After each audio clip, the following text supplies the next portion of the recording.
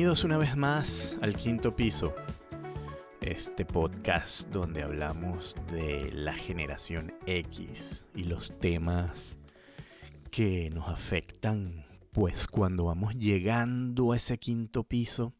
Hoy vamos a hablar un poco de lo que es el cine, la televisión y la música, de cómo eso ha cambiado desde los años 80 y 90 hasta el día de hoy, y pues mencionando un poco cómo, cómo eran esas películas y esas bandas y esas series en los 80 y 90.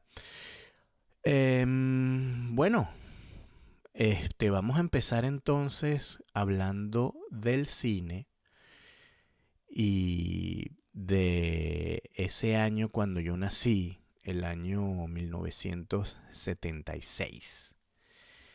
En ese año, la película, por ejemplo, que ganó el Oscar a Mejor Película fue Rocky. Fue estrenada en el año 76. Yo esa película la vi obviamente mucho después, pero es una película que marcó una etapa muy importante en el cine. Y bueno, y desató y lanzó la carrera de Sylvester Stallone, por ejemplo. Eso como anécdota para empezar, de qué estaba pasando en el cine durante esa época, cuando yo nací en el año 76. Y bueno, todo esto obviamente antes de la llegada del internet, de los streamings, de las grandes series de televisión, etcétera. Cuando uno grababa películas también en VHS, por ejemplo, después, o en Betamax, en mi caso. Cuando uno esperaba el estreno de una película en el cine, porque pues no había otra forma de verlas a menos que sea en video mucho tiempo después. Pero esos estrenos en el cine eran muy emocionantes. O cuando una banda lanzaba un CD o un vinil en aquella época, uno esperaba esos lanzamientos con mucha emoción. O esa experiencia, yo todavía recuerdo el olor, por ejemplo, de los videoclubs cuando uno iba a alquilar una película. No sé, tenía un olor muy particular, sobre todo esos videoclubes como pequeños y caseros que vendían también palomitas de maíz, o el olor de los blockbusters, que olían un poco más como a gringo, ¿sabes? Como a dulce. Tenían unos olores particulares. Entonces, bueno, ese recorrido de cómo pasamos a consumir contenido de una forma como más de paciencia y emoción a lo que vemos ahora, que es la inmediatez del TikTok y el streaming, que nos ha cambiado la forma de percibir cómo se consume la cultura pop, ¿no? Entonces, bueno, yo diría que el cine de los 80 y 90 hubo como una era dorada de la originalidad, por ejemplo, ¿no? Hablando de las grandes películas taquilleras. Por ejemplo, en los 80 nació también esa serie de Volver al Futuro, que para mí también me marcó. Me acuerdo que la primera Volver al Futuro eh, tenía unas cosas que eran completamente... uno no se podía imaginar que eso podía existir. Incluso hoy en día uno ve esa película y hay cosas incluso que no existen tal como ellos se lo imaginaban, ¿no? Como las patinetas voladoras, por ejemplo. Sé que existen unos hovers, etcétera, pero no se hicieron o no se han hecho realmente populares, ¿no? Pero, por ejemplo, las grandes pantallas de video, LED, 3D, etcétera, todo eso. En todo caso, eso es una película también que revolucionó la conciencia colectiva de esa época, ¿no? Fue estrenada en el 85. Yo tenía eh, unos 9 años, justamente ya. Yo la veía, yo no me acuerdo realmente si la vi en el cine o la vi después en video, pero es una película que realmente marcó una era. Después tuvo también Jurassic Park, por ejemplo, que Jurassic Park, la original, la primerita, fue después, ¿no? Después de Volver al Futuro, ya en el año 93. Pero también que hoy en día también vemos esa franquicia como se ha renovado. Am, y posteriormente, pues empezaron a salir las películas de Quentin Tarantino, por ejemplo. Y ahí llegamos como a una cima, una cumbre de lo que es la intersección del cine de autor con el cine comercial, ¿no? Pulp Fiction, que nació en el año 94, que pues obviamente también lanzó esta imagen de Tarantino, que se convirtió en algo completamente revolucionario, tratando esa película a nivel tanto de contenido como de realización. Esas son como las películas que, por ejemplo, a mí me marcaron, para hablar de las películas comerciales de esa época, ¿no? De cuando uno empieza a crecer de niño a la adolescencia, ¿no? Cuando salió Pulp Fiction en el año 94, bueno, yo tenía 18 años, era una película súper violenta, o es todavía, y, y bueno, marcaba ya una forma de hacer cine que después se fue adaptando a la televisión también. Más o menos en esa época también salió la primera Matrix, ¿no? De los hermanos Wachowski. Bueno, en aquella época, hermanos Wachowski, ya son hermanas ahora. Y esa fue la otra película clave que revolucionó un poco el medio técnico de la realización y que también a mí me impactó mucho. Ya yo en aquella época ya yo estaba metido de lleno en esto del cine. Em, ya yo incluso me había graduado de sonidista y había empezado a trabajar como editor de audio. E incluso en el 98 ya había empezado a estudiar cine. Y una vez que empiezo a estudiar cine, pues obviamente tengo contacto con otro tipo de cine, un cine mucho más intelectual y el cine de autor y de arte. Entonces ya uno tiene más contacto con autores franceses, con autores suecos, como también habían pues la misma generación de cine independiente americano. Pues no, ya uno empieza a ver Bergman, Godard, Truffaut y todas estas cosas, analizar estas películas, obviamente incluso desde antes, ¿no? Am, Desde Eisenstein y Siga Vertov, estas cosas que uno ve cuando estudia cine, Méliès, obviamente, y todos los clásicos em, que ya empiezan a uno en esa época de adultez joven a influir en tu visión de mundo y en tus gustos también, ¿no? Pero digamos que Hollywood estaba en esa época con estos grandes directores, con estas grandes estrellas que empezaban a salir con estas películas. También Christopher Nolan, que empezó con su Memento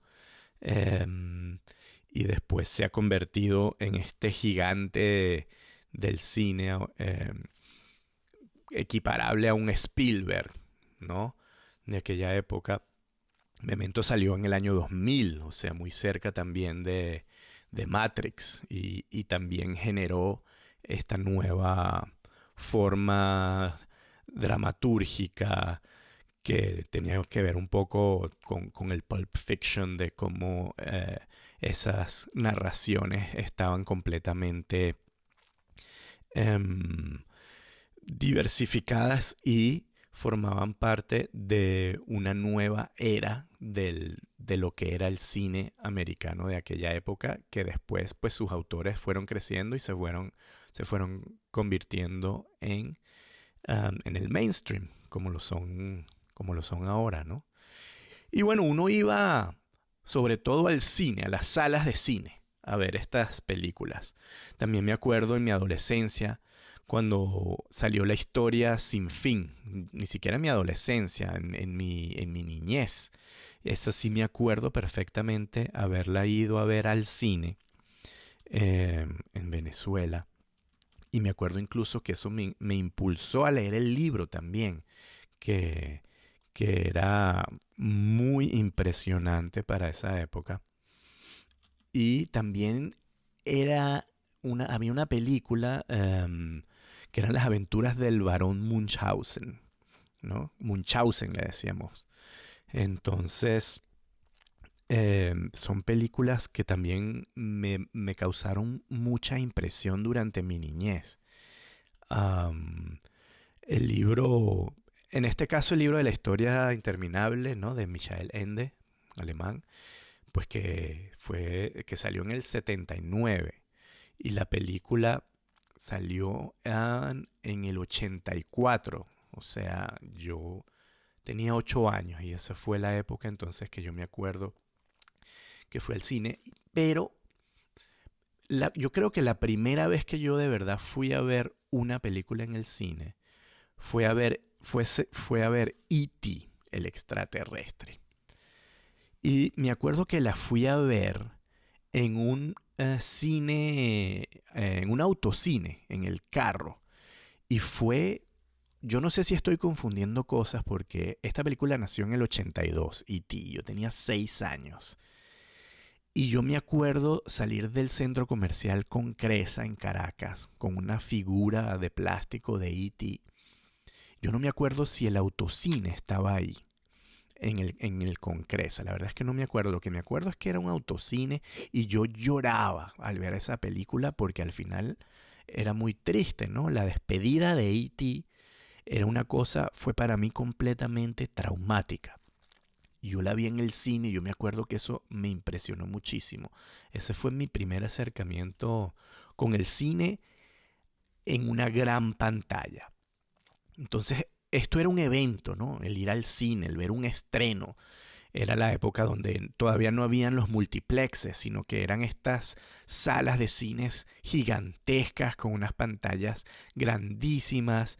Estaba el sonido avanzando muchísimo. Estaba empezando lo que era el sonido estéreo, por ejemplo, del mono al estéreo. Y, y eso solo era posible verlo en una sala de cine. Luego, a medida de que pasan los años, el, el cine fue transformándose y fueron comenzando a salir las series de televisión. La televisión siempre fue como una hermana o una prima bastarda menor del cine, donde se veían cosas en vivo, donde se veían programas cómicos, típico en Venezuela, la Radio Rochela los lunes a las 8 de la noche, que no se la pelaba a nadie, pero era una cosa que era más o menos así como ramplona, como de bajo nivel. Eh, las telenovelas, obviamente en Venezuela muy famosas, y es un país que ya no más, fue muy famosa por las telenovelas que producían, y eso era lo que se veía en televisión.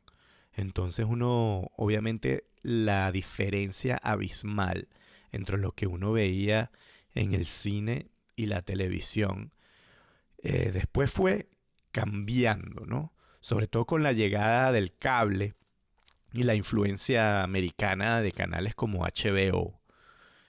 Y pues mucho después con Netflix y el streaming.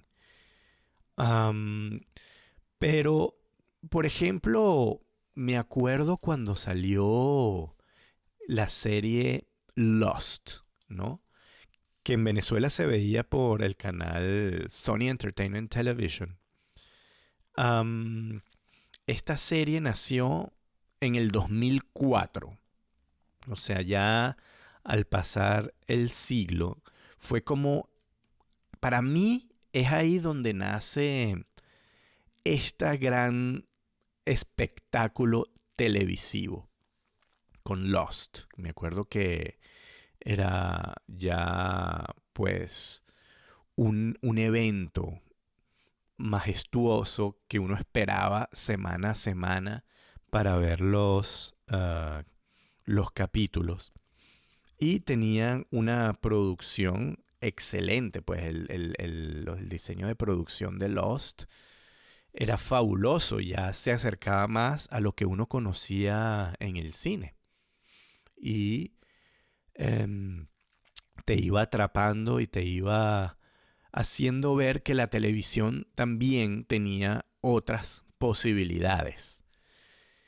Ya en el 2004, bueno, ya yo era mayor, tenía, o sea, 28 años, o sea, ya era adulto, pero yo creo que antes de eso estaba claro que la televisión era para ver otro tipo de contenido y uno iba al cine como para ver cosas serias a nivel de storytelling, ¿no? Y a nivel de factura. Pero yo creo que eso cambió con esa serie.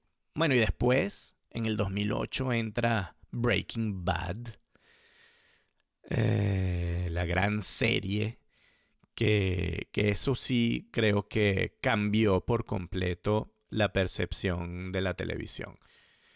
Con Lost y luego 4 años después Breaking Bad, entonces ya surge una nueva era de la televisión que poco a poco fue superándose a sí misma con las series también de HBO como Los Soprano y después con Game of Thrones, por ejemplo, Juego de Tronos, donde ya pues queda establecido y queda comprobado que la televisión es un medio digno de grandes directores, de grandes dramaturgos, de grandes realizadores, y va cambiando el espectro y toda la, mm, la percepción de lo que es posible a nivel narrativo.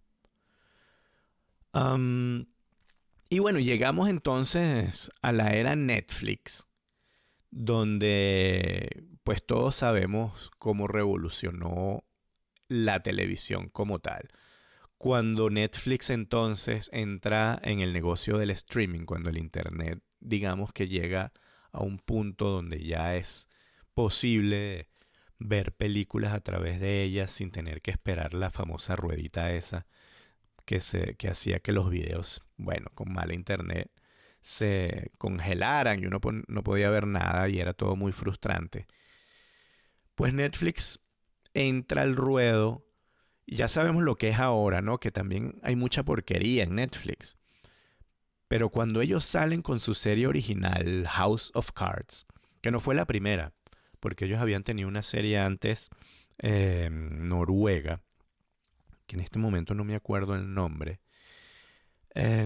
pero es con House of Cards donde ellos realmente demuestran que pueden competir con los canales de cable tradicionales, ¿no? Específicamente con HBO, porque creo que no había realmente nadie, o HBO, incluso hasta el día de hoy, siempre ha sido sinónimo de series de gran calidad.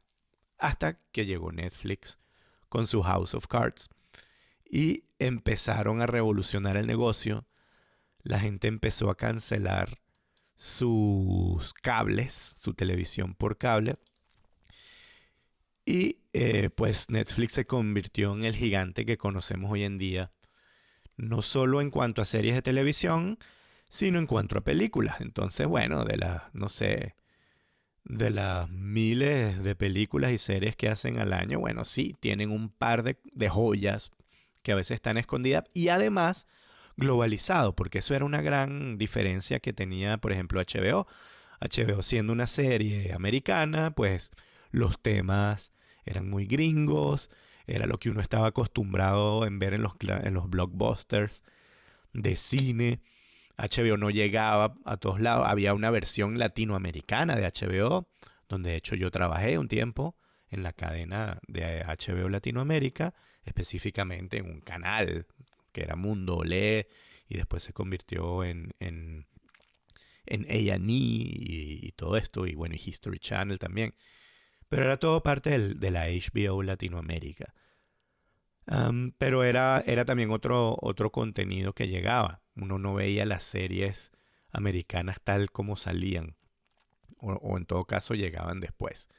Pero Netflix cambió todo. Empezó a contar historias más complejas, ¿no? Tenían esta calidad cinematográfica y esta globalidad.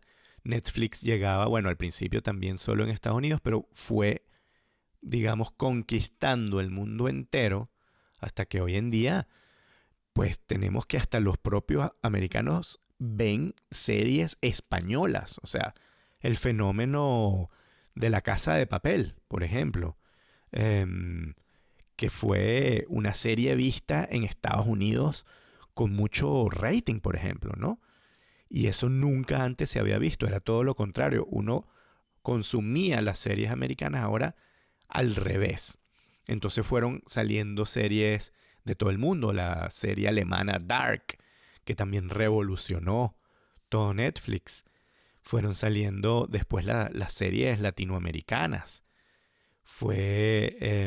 Entonces se fue creando toda un ecosistema mundial, universal, global, al cual uno tenía acceso directo y empezaron a cambiar los hábitos de consumir la televisión. Además, con el término de binge watching que también fue introducido por Netflix. Porque ¿qué pasaba? Uno cuando veía las series en estos canales, pues eran series que salían una vez a la semana. Y entonces, una vez a la semana a una hora específica. Y si no podías verla a esa hora específica, bueno, la tenías que grabar en VHS, por ejemplo. O ver después cuando salían en DVD, etcétera, para poder verlas. Entonces, cuando Netflix saca esto del binge watching, que no es más que sacar todos los capítulos al mismo tiempo y hacer una gran sesión de horas donde uno se trasnochaba para ver capítulo tras película, tras capítulo, como si fuese una película gigantesca. Eso, pues, le voló la cabeza a mucha gente. Nadie entendía cómo podía ser eso un modelo de negocio, ¿no? Porque los canales obviamente atraían a la gente semana a semana y los mantenía pegados a la televisión con la promesa de que, bueno, la semana que viene continúa la historia.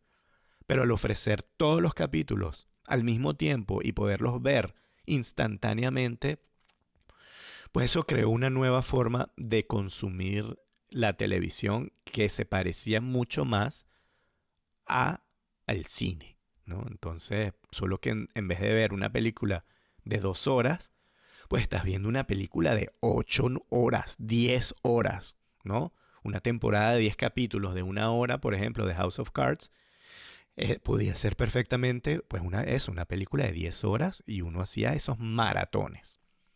Y eso, bueno, fue cambiando nuestra percepción del consumo a llegar a esta especie de atención fragmentada que tenemos ahora y que sobre todo tienen los adolescentes con los TikToks, con los Reels de Instagram o mucho antes ya con el YouTube, donde empezaron también a producir contenido original. De hecho, una de las primeras series que produjo YouTube, que es Cobra Kai, por ejemplo, de la historia del Karate Kid, que también es una de las películas que formó mi juventud y mi adolescencia en aquella época. Pues el Karate Kid original es del año 84. Yo tenía 8 años, o sea, era más o menos de la misma época, un poco después de cuando salió E.T., de cuando salió Rambo, por ejemplo, y las otras Rocky. Esas eran las películas que marcaron mi adolescencia, ¿no? La primera Rambo salió en el 82. 2 años más tarde salió Karate Kid. Y entonces, retomando ese universo, muchos años después, pues YouTube lanzó esta serie original Cobra Kai, que tuvo tanto éxito que fue después entonces comprada por Netflix y desarrollada a lo que conocemos hoy, que bueno, ya este año terminó con su última temporada, pero tuvo mucho éxito en Netflix. Y bueno, YouTube como que no ha tenido mucho éxito generando productos propios originales, pero obviamente ha tenido mucho éxito como plataforma tecnológica y la nueva economía de los creadores de contenido, como se conocen, donde tenemos entonces a los YouTubers, tenemos al Mr. Beast, que es una de las personas más ricas del mundo, que se hizo millonaria gracias a YouTube y al contenido que producía para YouTube. Entonces, hoy en día, los adolescentes, ellos consumen el contenido a través de las redes sociales, a través de YouTube. Ellos conocen las series que salen por YouTube, que son la de sus YouTubers, ¿no? Ni siquiera son series narrativas, sino son los YouTubers o los mal llamados influencers, eh, los que lo que ellos consumen, ¿no? Y el Netflix ha quedado como algo más bien para las generaciones, para los millennials, ¿no? Y la generación alfa, que llaman ahora, y eh, ha crecido con otro tipo de hábito. Obviamente también ven Netflix, ahora también pues Disney Plus tiene sus ofertas, etcétera. Pero yo creo que la plataforma principal de consumo de contenido hoy en día está claro que son las redes sociales, incluyendo a YouTube, como si fuese una red social. Entonces esto además ha generado que haya una sobre oferta, demasiadas opciones, demasiadas series. Además, la tecnología que ha avanzado de forma tal que se ha democratizado la realización, y cualquiera que tenga un iPhone hoy en día tiene una cámara muchísimo más poderosa de lo que se tenía en los años 90, que costaban miles y miles de dólares y eran pues prohibidas, o eran tecnologías a las que no podía acceder cualquiera. O sea, en aquella época el que tenía ¿cómo se llama? Una Handycam, un High 8 o algo así, no era cualquiera. O antes las cámaras en VHS, eso no lo podía tener cualquiera. Hoy en día, de verdad, cualquiera tiene en su celular una cámara mucho mejor de lo que cuando se hacían películas en aquella época. Entonces, hoy en día se pueden hacer películas de cero presupuesto. Yo mismo hice una película, bueno, yo estudié cine y eso es lo que yo quería hacer, pero tuve la oportunidad de hacer una película sin presupuesto alguno, con una cámara fotográfica, cuando salieron las Canon 5D que podían grabar video, y eso revolucionó en sí mismo también la industria del cine independiente, y ya pues se podían hacer películas sin tener que tener un presupuesto gigantesco, inversionistas, productores, etcétera. Pues yo me lancé al ruedo, hice una película, un largometraje, con mis propios recursos. Y pues esto ha producido también entonces esta sobreoferta, además de contenido que, pues sí, hay mucha porquería afuera, pero también hay mucho contenido valioso del cual uno ni se entera. uno no sabe ni siquiera cómo elegir.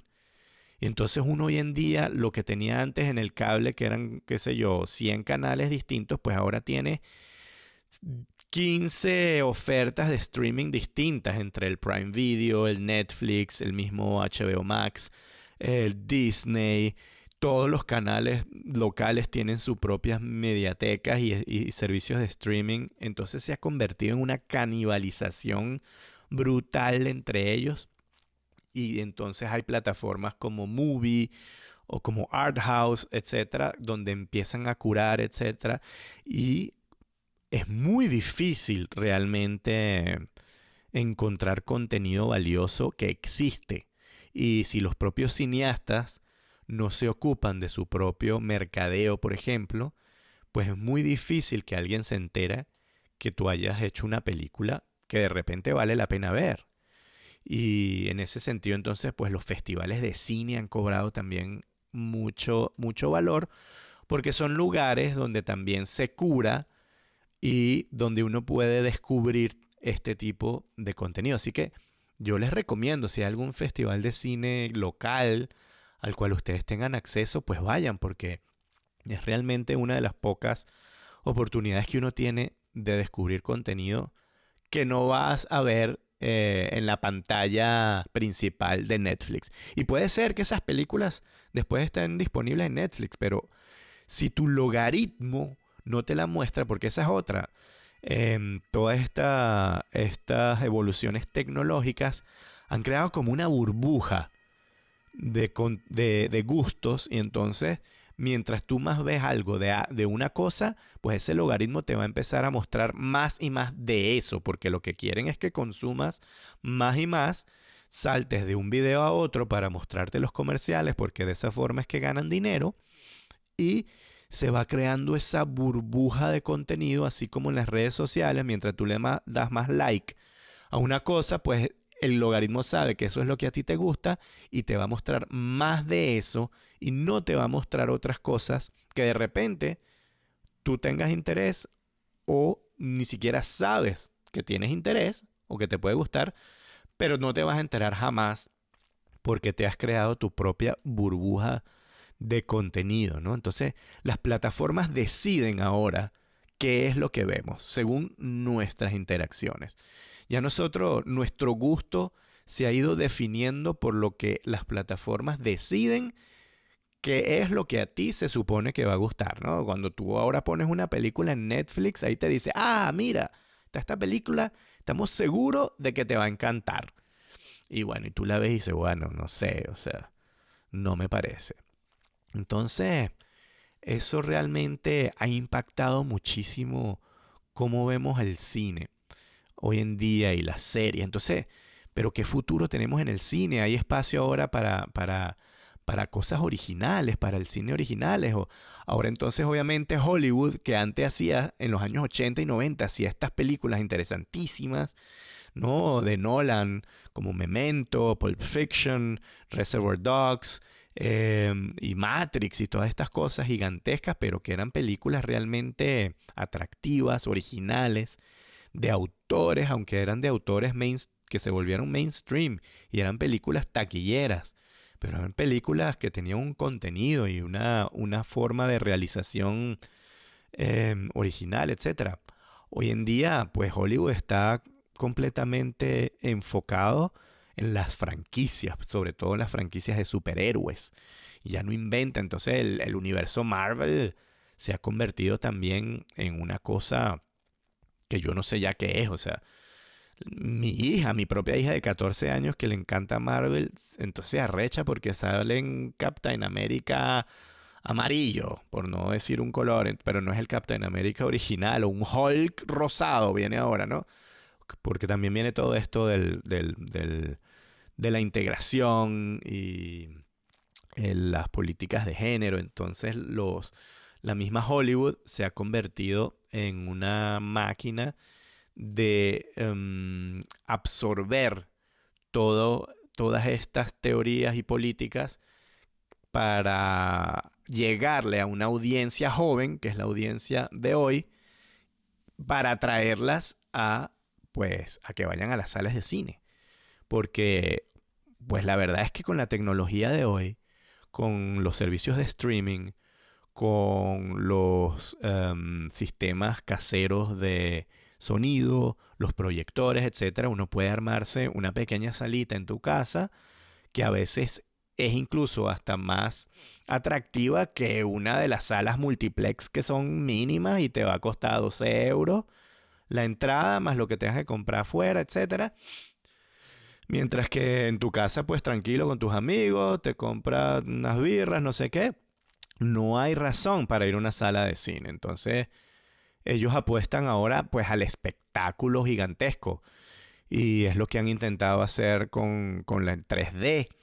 Que, o sea, tratar de hacer algún tipo de gimmick tecnológico para sacar a la gente de sus casas, ¿no? Que por otro lado también ha afectado a estos grandes realizadores que también abogan porque la gente vaya a ver sus películas al cine, porque la verdad es que ir al cine es toda una experiencia, ¿no? Es como ir al teatro, es un evento. Así como en los años 80, 90, esto era un evento al cual uno iba con la familia, esperaba esos estrenos. Am, Eso sigue siendo así, de alguna forma. Lo que pasa es que es mucho más difícil convencer a la gente que tú vas a tener una experiencia mejor yendo a una sala de cine a lo que tienes en tu casa, inclusive con un teléfono donde hoy en día la pantalla te puede mostrar imágenes de alta definición en High Dynamic Range y Dolby Atmos y toda esta tecnología nueva, aunque sea en una pantallita chiquitica, pero es a lo que están acostumbrados los chamos con todos las plataformas de las que hemos hablado. Entonces existe, y bueno, obviamente hay muchas cadenas de cine, muchos teatros que han ido muriendo. Sean Baker, que es uno de los cineastas más populares ahora porque ganó el Oscar, el último Oscar con esta película Anora, que realmente a mí me gustó muchísimo, la verdad.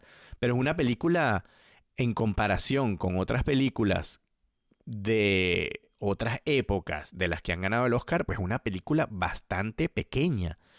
Lo cual a mí realmente me parece interesante, ¿no? Que haya sido el Oscar un premio que, bueno, ha perdido mucha relevancia y realmente, pues no sé, no tiene mucha influencia hoy en día y es un premio que tradicionalmente pues se les otorga a las grandes películas de Hollywood, pues esta vez se haya mostrado interesado en una pequeña, entre comillas, película eh, como lo es Anora y Sean Baker en su discurso de aceptación pidiendo que por favor vuelvan a las salas de cine, que el cine tiene que em, experimentarse de esa forma, lo cual es muy válido, pero oye, yo la verdad estoy muy agradecido también de que exista Netflix, de que existan estas plataformas, porque yo no puedo estar yendo al cine todo el tiempo.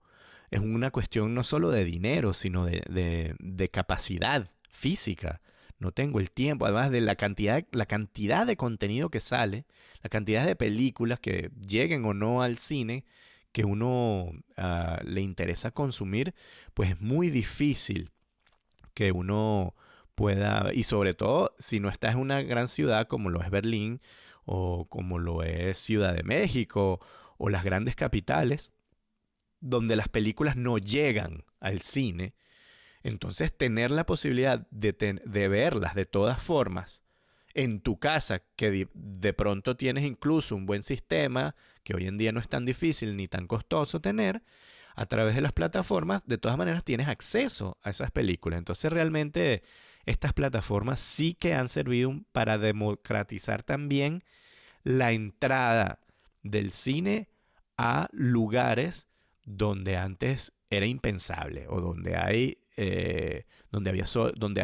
una sola sala de cine y obviamente esa sala de cine tiene físicamente y temporalmente un límite de cuántas películas puede mostrar al mes. Y obviamente no vas a poder ver todas las películas que hay en ese cine si vives en un pueblito o en una ciudad pequeña.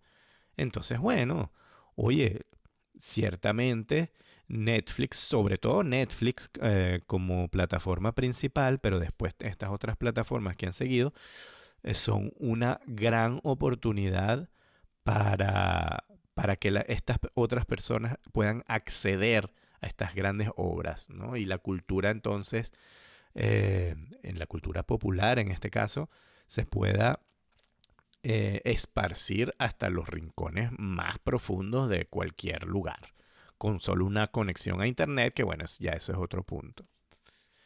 Eso en cuanto al cine. Y si nos vamos ahora a lo que es la música, hubo una evolución pues parecida pero distinta, valga la redundancia. Eh, pues la música en mi época eh, era, se consumía a través de la radio, sobre todo, y a través de MTV. Cuando yo era joven, cuando yo era adolescente, mm, MTV estaba en su máximo apogeo. En 1981 nace MTV en los Estados Unidos. Y después MTV también se va expandiendo a otras localidades, pero era ese MTV gringo, el que uno veía a través de las antenas parabólicas de los que pudieran tenerla. Yo no la tenía, pero me iba a casa de amigos solo para ver MTV. Y después con la llegada del cable. Pero uno veía entonces después MTV Latinoamérica.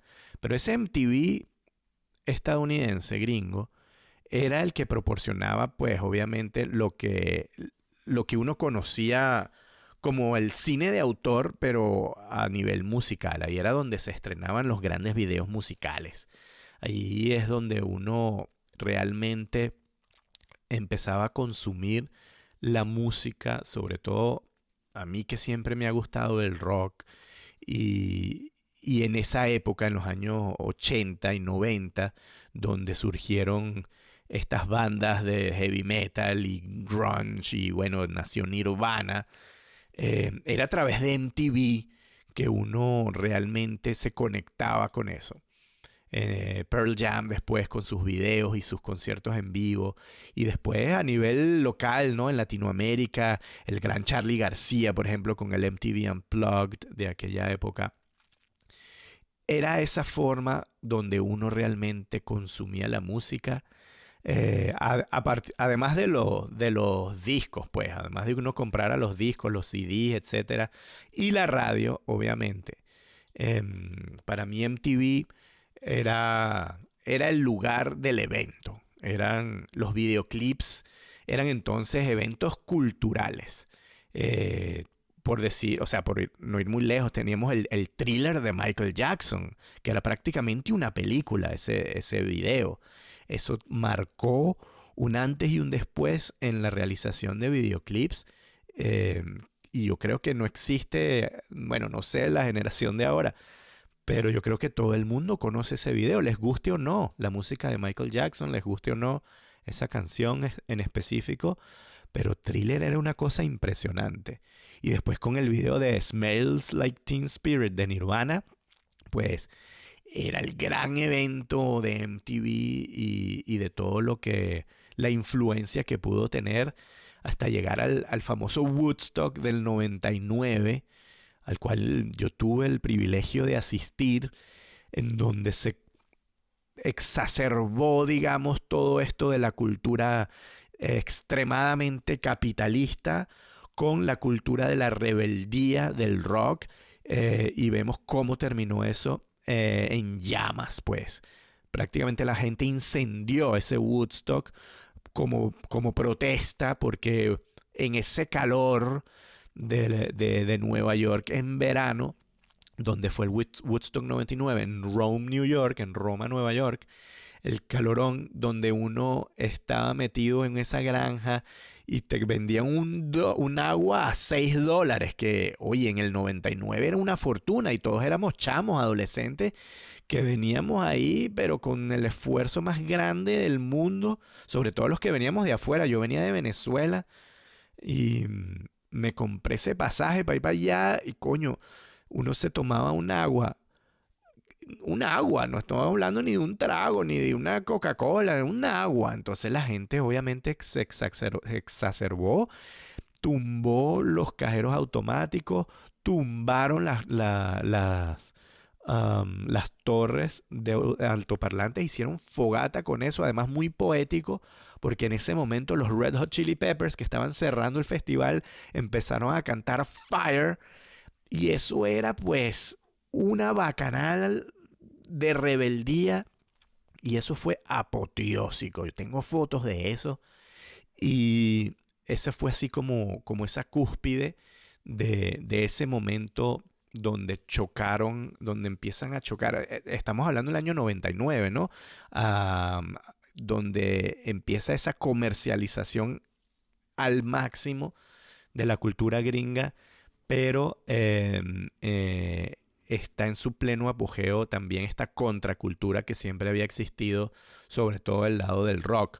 Ya en esa época habían empezado a mezclarse las cosas con el techno, por ejemplo. Me acuerdo que en ese Woodstock también tocó ¿cómo se llama? Chemical Brothers, que era muy famosa en esa época, con un techno bastante hardcore que a los rockeros les gustaba, a mí me gustaba también. Entonces uno iba a ver a Metallica y al ratico en la otra tarima estabas viendo Chemical Brothers, por ejemplo. Y eso se fue fusionando y empezaron a salir estas bandas, ¿no? Como Linkin Park, Limp Bizkit, que entonces ya eran como lo que llamaban ese new metal con, con ritmos más techno, pero todavía bastante rockeros, ¿no? Eso fue confluyendo justo en esa época y eso cambió también la industria porque fue también a través de las plataformas que empezaron a salir en esa época, justamente en el año 99, Napster, por ejemplo, ¿no? Que fue la primera plataforma en donde se podían bajar canciones ilegalmente en ese momento, con los famosos torrents y este famoso caso de Metallica, que fue como, no sé, como uno de los primeros afectados por esto, porque el Napster era simplemente una plataforma de piratería, ¿no? Porque ahí entonces ya nadie compraba los discos, ya nadie pagaba regalías a las bandas, las disqueras empezaron a sentir que estaban bajando las ventas, etcétera. Y entonces Metallica le metió una demanda a Napster en el año 2000, que de hecho ganaron, y fue cuando empezaron a salir también que si el iPod, donde la gente empezó a bajar música y escucharlo por los MP3, por los players, y donde entonces ya empiezan a surgir las plataformas legales, al principio con Apple, ¿no? Que empieza a ofrecer los MP3 ya como ofertas digitales para comprarlas y la gente empieza o deja de comprar CDs y discos y cassettes. Ahí es donde realmente muere el cassette y se empieza a consumir la música digital hasta llegar hoy en día a lo que conocemos como iTunes y Spotify, ¿no? Y el Spotify que todos conocen, el Amazon Music, que después nació también, y hoy todo el mundo, y sobre todo la generación actual, pues consume música a través de estas plataformas. Yo no me acuerdo cuándo fue la última vez que yo compré un CD, la verdad. Hay mucha gente que tiene pues esa nostalgia de los haptic, ¿no? Del tacto, de tener en su mano un libro, de tener en su mano un CD. Por ejemplo, pues los vinilos y los discos de acetato nunca murieron. Y eso está más vivo que nunca. Y hay coleccionistas, hay gente que paga mucho dinero por comprar los vinilos de acetato. Y las bandas de hoy en día incluso sacan ediciones especiales en acetato, además de las ofertas digitales. Pero la generación de mi hija, la generación de ahora, pues consume la música a través de YouTube, a través de TikTok, a través de Spotify, si acaso, y a través de Instagram. Y nacen artistas que son conocidos solamente en Instagram, que nunca salieron ni siquiera en la radio. Yo creo que ya les he hablado de esta artista alemana Ailiva, por ejemplo. Una sensación de la cual yo no tenía la más mínima idea que existía, pero que salió fue un boom de Instagram y llena arenas de 50.000 personas sin que haya salido nunca en la radio. Bueno, sin ir más lejos, el mismo Justin Bieber, que es una sensación de YouTube. Él salió de YouTube y se hizo famosísimo a través de YouTube. Entonces es una forma de consumir la música pues muy distinta a lo que teníamos nosotros en aquella época con los discos de acetato, los cassettes, los CDs, la radio y el MTV. Ahora tenemos acceso ilimitado a todo.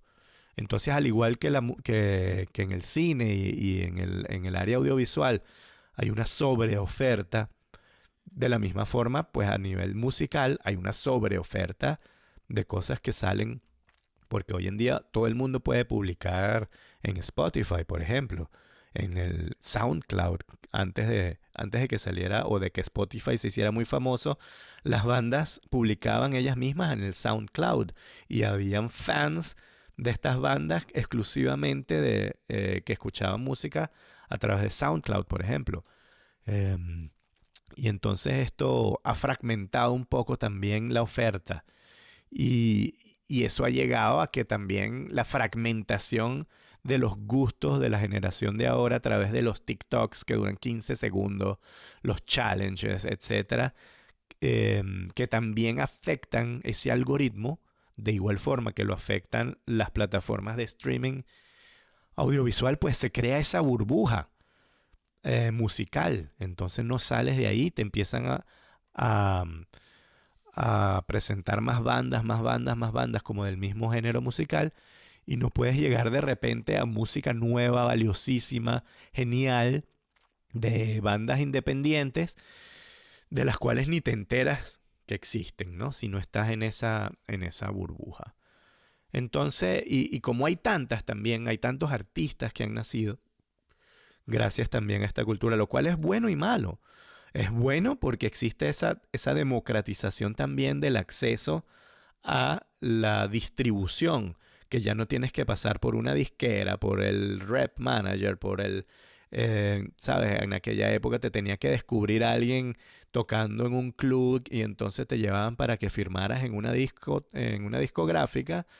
Pues hoy en día nada, hoy ya haces tu disco en tu casa, lo subes a SoundCloud y a Spotify y dale, y te puedes hacer tu nicho y tú mismo sales y tocas.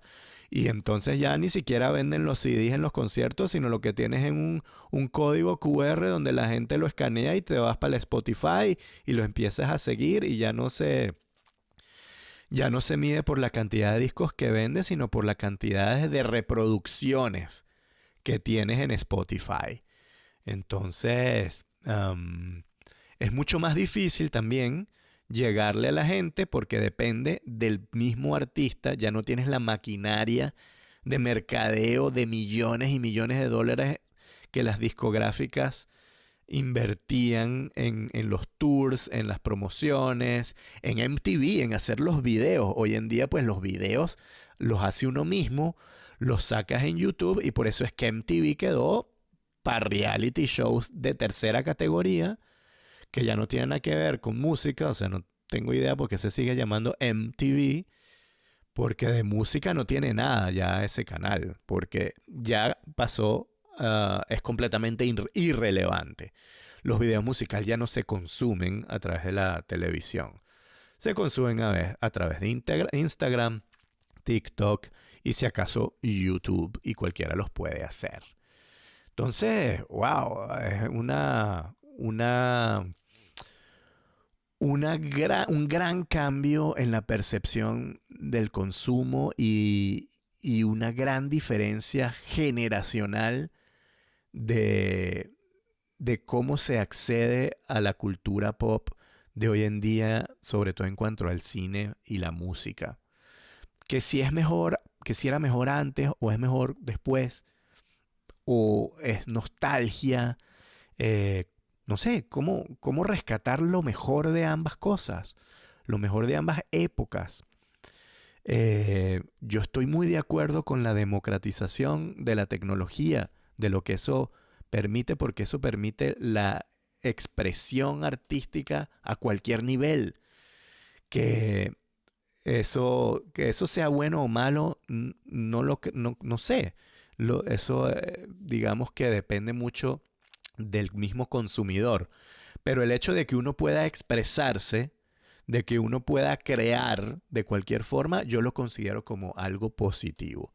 Que sí, que de hecho sale mucha basura, no, pero es que mucha de esa basura ni siquiera tiene que ser consumida por nadie, porque ahora los artistas, pues tienen la capacidad de encontrar una voz, de encontrar un estilo, sacando basura, basura, basura, hasta que lleguen a ese momento en donde realmente se encuentren y empiezan a pulirse y empiezan a sacar el oro y lo que realmente vale la pena y lo que llega entonces a los oídos de otros. Existen fenómenos, obviamente, como Billie Eilish, ¿no? Que desde chiquita era pues un genio, ella y su hermano Finny, em, que hacían eso, música metidos en el cuarto, en la casa, y los sacaban por las redes y así se fueron siendo famosos con un talento increíble. Obviamente existen esas personas con ese gran talento que de repente Billie Eilish en otra época no hubiese surgido como surgió a otra, porque a lo mejor nunca nadie lo hubiese descubierto. Porque de repente era una chama que no salía, que no tenía la capacidad de ir a tocar en un club y que fuera descubierta por alguien de la forma tradicional. Y más bien ahora es que pudo hacerlo a través de las redes. Yo no sé si eso hubiese existido en los años 80, una Billie Eilish. La que existió fue una Madonna. La que existió fue un Michael Jackson, pero después tuvimos un Justin Bieber, tuvimos hoy en día, bueno, una Taylor Swift, etcétera, que son fenómenos culturales de la época de hoy en día. Entonces, yo no creo que se pueda cancelar ni lo uno ni lo otro.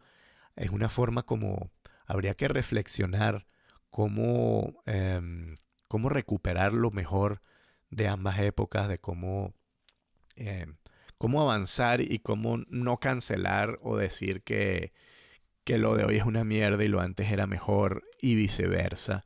Y me perdonan la palabra. Así que bueno, les dejo esa reflexión. Me gustaría escuchar sus opiniones y sus experiencias de cómo ustedes han tomado estos cambios, cómo han influenciado sus gustos, cómo lo ven en sus hijos, si los tienen. Así que bueno, ya saben que me pueden encontrar en Instagram, en la cuenta del podcast que la tiene ahora nueva, el Quinto Piso Podcast en Instagram o X Agudo en Instagram. Así que o me dejan sus comentarios por Spotify, YouTube o donde sea que estén escuchando. Sería excelente si pueden dejar un review o calificar el podcast si les gusta. Eso nos ayudaría bastante a llegarle a más personas. Y hasta un próximo episodio. Chao.